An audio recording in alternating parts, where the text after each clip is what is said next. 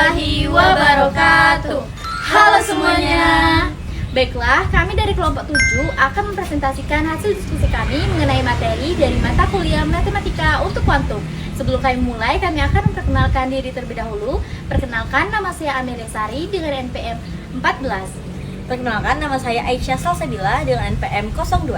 Perkenalkan, nama saya Risa Anggraini dengan NPM 30. Perkenalkan, saya Juliana Bella Francisca dengan NPM 46. Selamat menyaksikan. Cekidot. Oke, pada kesempatan kali ini saya akan menjelaskan tentang persamaan diferensial biasa atau PBD OD2 dengan luas kanan tidak sama dengan 0. Oke, pertama-tama di sini kami akan menjelaskan soal nomor 7, yaitu tentang metode koefisien tak tentu. Kita langsung saja ke penjelasannya ya. Oke, pada persamaan diferensial orde 2 itu menjelaskan gerak sistem dinamis seperti getaran, di mana Y adalah posisi, Y aksen adalah kecepatan, dan Y double aksen adalah percepatan. Yang secara langsung itu berkaitan dengan hukum 2 Newton bahwa gaya itu sebanding dengan percepatan. Lalu adanya suku eksponensial pangkat X cos 2X di situ menunjukkan bahwa sistem dipengaruhi oleh gaya luar yang bersifat periodik karena kosinus dan dapat bertambah besar seiring waktu karena adanya eksponensial, sehingga energi yang masuk ke sistem itu akan meningkat. Oke, secara ilmiah, kondisi ini itu dapat menyebabkan amplitudo getaran itu membesar dan berpotensi menimbulkan ketidakstabilan, terutama jika terjadi resonansi saat frekuensi gaya luar itu mendekati frekuensi alami dari sistem tersebut. Nah, jadi pada fenomena tersebut itu dapat ditemukan pada getaran gas, ayunan mesin, dan jembatan, sehingga persamaan diferensial itu bisa menjadi model ilmiah untuk menjelaskan hubungan antara gaya, gerak, energi, serta kestabilan sistem. Oke, pertama-tama saya di sini akan menjelaskan soal nomor 7, yaitu dengan soal selesaikan Y double aksen dikurang 2Y aksen plus 5Y sama dengan eksponensial pangkat X cos 2X. Nah, kita misalkan Y sama dengan eksponensial pangkat Rx, hingga didapatkan bahwa Y aksen sama dengan R eksponensial pangkat Rx. Kita turunkan lagi, sehingga Y double aksen sama dengan R kuadrat eksponensial pangkat Rx. Lalu kita substitusikan yang sudah kita dapatin, nilai Y aksen dan Y double aksen itu ke persamaan awal tadi. Sehingga persamaannya menjadi R kuadrat eksponensial pangkat Rx dikurang 2 R eksponensial pangkat Rx plus 5 R eksponensial pangkat Rx sama dengan 0. Nah, karena ketiga komponen itu memiliki unsur eksponensial pangkat Rx, jadi kita keluarkan eksponensial pangkat Rx-nya, sehingga menjadi eksponensial pangkat Rx dalam kurung R kuadrat dikurang 2 plus 5 sama dengan 0. Oke, selanjutnya karena eksponensial pangkat Rx tidak sama dengan 0, maka kita bisa menggunakan rumus yaitu R sama dengan B plus minus akar B kuadrat dikurang 4AC per 2A. Kita ketahui tadi bahwasanya nilai A sama dengan 1, B sama dengan min 2, dan C sama dengan 5. Jadi kita gunakan rumus kuadrat tadi, kita masukkan nilai-nilainya, sehingga R sama dengan 2 plus minus akar min 2 kuadrat dikurang 4 dikali 1 dikali 5 per 2 dikali 1.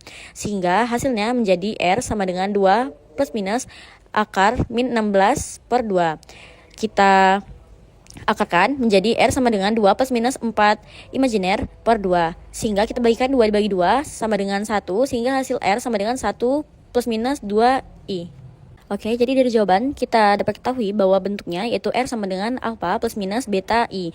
Maka dari bentuk itu solusi umumnya adalah eksponensial pangkat alpha X C1 cos beta X plus C2 sin beta X. Karena alpha sama dengan 1 dan beta sama dengan 2, maka solusi homogennya atau YH-nya sama dengan eksponensial pangkat X C1 cos 2X plus C2 sin 2X. Selanjutnya kita tebak solusi khususnya, yaitu dari persamaan kan dapat kita ketahui bahwasanya Y double aksen dikurang 2Y aksen plus 5Y sama dengan eksponensial pangkat X cos 2X. Nah, dapat kita ketahui bahwa hasil solusi homogen tadi itu mengandung komponen yang sama dengan eksponensial X cos 2X. Jadi dapat kita kalikan dengan X untuk solusi khususnya menjadi GP sama dengan X eksponensial pangkat X dikali A cos 2X plus B sin 2X. Dan dapat kita simpulkan bahwa di sini terjadi resonansi. Oke, setelah kita mendapatkan solusi khusus tadi, dapat YP, jadi kita turunkan, yaitu YP aksen sama dengan eksponensial pangkat X dalam kurung A cos 2X plus B sin 2X plus X D per DX eksponensial pangkat X dalam kurung A cos 2X plus B sin 2X. Nah, kita turunkan yang ada D per DX-nya, sehingga turunan itu menjadi eksponensial pangkat X dalam kurung A cos 2X plus B sin 2X plus minus 2A sin 2X plus 2B cos 2X. Nah, lalu kita kelompokkan komponen cos dan komponen cos, komponen sin dan komponen sin, sehingga hasil akhirnya menjadi YP aksen sama dengan eksponensial pangkat X dalam kurung A cos 2X plus B sin 2X ditambah eksponensial pangkat X dalam kurung A tambah B cos 2X ditambah B dikurang 2A sin 2X. Selanjutnya kita turunkan dua kali atau turunan kedua, yaitu D per dx eksponensial pangkat x dalam kurung a cos 2x plus b sin 2x plus D per dx dikali eksponensial e pangkat x a plus 2b cos 2x plus b min 2a sin 2x. Nah, untuk turunan kedua itu kan yang sebelah kanan itu memiliki dua suku. Jadi kita turunkan satu-satu. Yaitu yang pertama, ada turunan suku pertama, yaitu D per dx eksponensial pangkat x dalam kurung a cos 2x plus b sin 2x. Sehingga hasil akhirnya itu menjadi eksponensial pangkat x dalam kurung a plus 2b cos 2x plus b dikurang 2a sin 2x. Lalu selanjutnya kita turunkan kedua kali atau turunan kedua, yaitu D per dx dalam kurung xw sama dengan w plus xw aksen. Nilai w yaitu eksponensial pangkat x a plus 2b cos 2x plus b kurang 2a sin 2x. Nah, lalu dari situ kita dapatkan bahwa turunan pertamanya yaitu e pangkat x a plus 2b cos 2x plus dalam kurung b dikurang 2a sin 2x plus eksponensial pangkat x dalam kurung min 2a plus 2b sin 2x plus 2b dikurang 2b cos 2x. Oke, setelah kita mendapatkan nilai dari turunan suku pertama dan suku kedua, kita gabungkan kedua suku tersebut dan kita gabungkan koefisien cos dan cos serta sin dan sin, sehingga hasil akhirnya setelah kita gabungkan semuanya menjadi YP double aksen sama dengan 2 eksponensial pangkat x dalam kurung a plus 2b cos 2x plus b dikurang 2a plus eksponensial pangkat x dalam kurung min 3a plus 4b cos 2x plus min 4a min 3b sin 2x. Oke, selanjutnya setelah kita mendapatkan solusi-solusi tadi, kita substitusikan kesamaan. Dari yang sudah kita cari tadi, kita dapati bahwa y double aksen dikurang 2y aksen plus 5y sama dengan eksponensial pangkat x 4b cos 2x dikurang 4a sin 2x.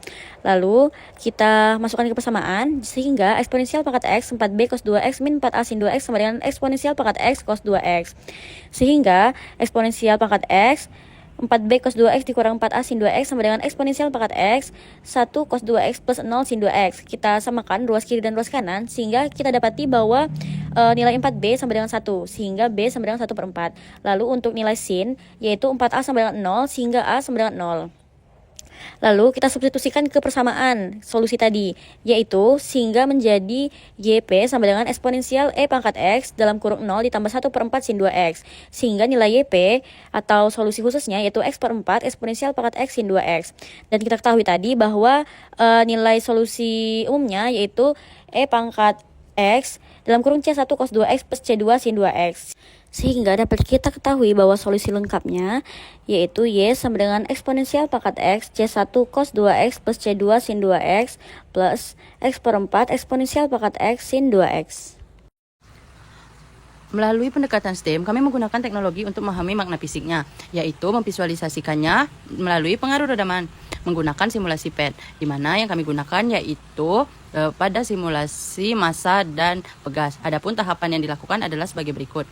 Pertama, membuka simulasi PET dan memilih massa dan pegas, kemudian masuk ke tab Lab agar fitur redaman tersedia. Kedua, mengaktifkan fitur pendukung seperti ruler, velocity, timer, grab, agar perubahan gerak dapat diamati secara visual dan kuantitatif.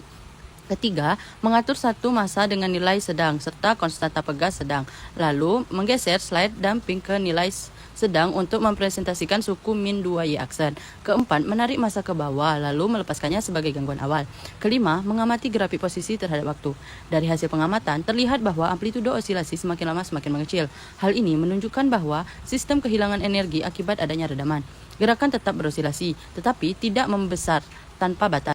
Dalam engineering, persamaan diferensial digunakan untuk memprediksi dan menganalisis perilaku sistem sebelum dibuat, termasuk menilai apakah sistem stabil, mereda, atau justru mengalami peningkatan getaran.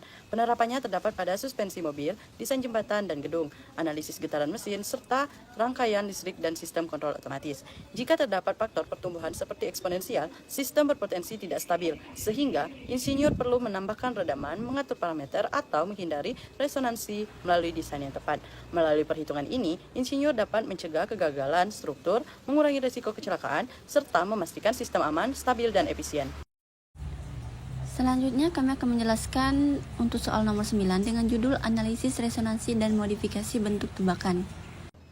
Secara sains, persamaan diferensial order 2 menjelaskan getaran harmoni paksa, yaitu gerak bolak-balik karena adanya gaya luar, seperti pada sistem pegas atau ayunan. Dalam model ini dikaji posisi, kecepatan, dan percepatan.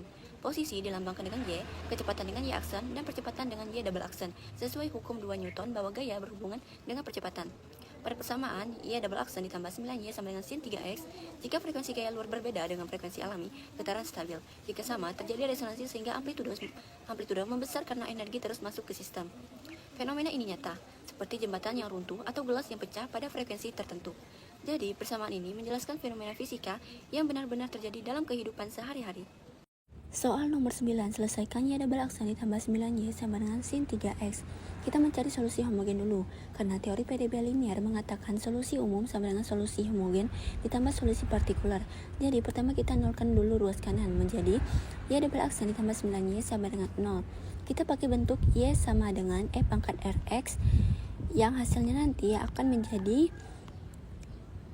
R kuadrat ditambah 9 sama dengan 0. Terus, kenapa hasilnya R sama dengan plus minus 3I, yaitu R kuadrat ditambah 9 sama dengan 0. R kuadrat sama dengan min 9, kita pindah ruaskan 9 menjadi min 9. Terus R sama dengan plus minus akar min 9. Karena akar min 1 sama dengan I, maka R sama dengan plus minus 3I.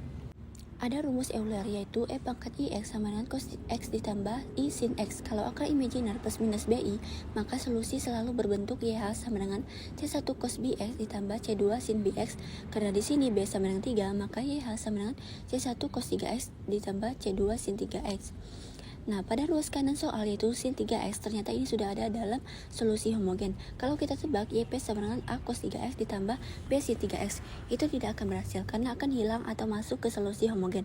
Maka teori metode koefisien tertentu mengatakan kalau bentuk tebakan sama dengan solusi homogen, yaitu kalikan X. Itulah kenapa jadi YP sama dengan X dikali A cos 3X ditambah B sin 3X. Nah, hasil tersebut adalah perkalian dua fungsi. Fungsi pertamanya X dan fungsi kedua A cos 3X ditambah B sin 3X. Kita gunakan turunan hasil kali, yaitu U aksen dikali P ditambah U dikali V aksen, yang hasilnya akan menjadi Y aksen P sama dengan A cos 3X ditambah B sin 3X ditambah X min 3A sin 3X ditambah 3B cos 3X. Terus kita turunkan lagi menjadi turunan kedua, yaitu Y double aksen P sama dengan min 3A sin 3X ditambah 3B cos 3X min 3A sin 3X ditambah 3B cos 3X ditambah X min 9A cos 3X min 9B sin 3X. Nah, hasil tersebut kita gabungkan yang sejenis, yang akan menjadi Y double aksen P sama dengan min 6A sin 3X ditambah 6B cos 3X ditambah X min 9A cos 3X min 9B sin 3X. Kita substitusi ke persamaan awal, yaitu Y double aksen P ditambah 9YP sama dengan min 6A sin 3X ditambah 6B cos 3X ditambah X min 9A cos 3X min 9B sin 3X ditambah 9X A cos 3X ditambah B sin 3X. Bagian yang mengandung X saling menghapus dan akan tersisa min 6A sin 3X ditambah 6B cos 3X. Kita samakan dengan ruas kanan, yaitu sin 3X. Maka min 6A sin 3X ditambah 6B cos 3X sama dengan sin 3X. Bandingkan koefisien. Untuk sin 3X yaitu min 6A sama dengan 1, untuk cos 3X 6B sama dengan 0. Maka A sama dengan min 1/6 dan B sama dengan 0. Dan solusi partikular yaitu YP sama dengan min X/6 cos 3X. Solusi umumnya yaitu Y sama dengan C1 cos 3X ditambah C2 sin 3X min X/6 cos 3X. Baiklah, selanjutnya saya akan menjelaskan cara melakukan simulasi untuk nomor 9. Untuk membuktikan fenomena tersebut secara visual, kami menggunakan simulasi PET resonansi. Tahap yang pertama, membuka simulasi PET dan memilih resonansi. Yang kedua, kita atur nilai redaman damping menjadi sangat kecil atau 0 agar sesuai dengan persamaan yang tidak memiliki suku Y aksen. Yang ketiga, menjalankan simulasi dan mengamati perubahan amplitudo. Jadi, hasil simulasi menunjukkan bahwa ketika frekuensi gaya luar sama dengan frekuensi alami, amplitudo meningkat secara signifikan. Grafik memperhatikan bahwa energi terus bertambah dan osilasi menjadi semakin besar. Fenomena ini disebut resonansi. Oke, baiklah, saya akan melanjutkan penjelasan yang tadi. Frekuensi alami suatu sistem harus dihitung dengan tepat agar tidak sama dengan frekuensi gaya luar, sehingga resonansi yang berbahaya dapat dihindari. Dalam perancangan struktur, seperti gedung dan jembatan, insinyur memperhatikan frekuensi gempa atau angin agar tidak terjadi getaran berlebihan yang dapat merusak struktur. Begitu juga dalam bidang teknik mesin. Seperti suspensi kendaraan, itu dibuat agar mampu meredam getaran saat melewati jalan yang berlubang. Dan mesin industri dirancang supaya tidak bergetar secara berlebihan saat beroperasi. Jika resonansi tidak diperhitungkan sejak tahap perancangan, struktur dapat mengalami kerusakan serius, bahkan bisa roboh. Oleh karena itu, persamaan diferensial menjadi sangat penting dan digunakan sebagai dasar dalam perancangan sistem rekayasa. Baik, itulah hasil diskusi kami. Kami akhiri. Wassalamualaikum warahmatullahi wabarakatuh. Bem.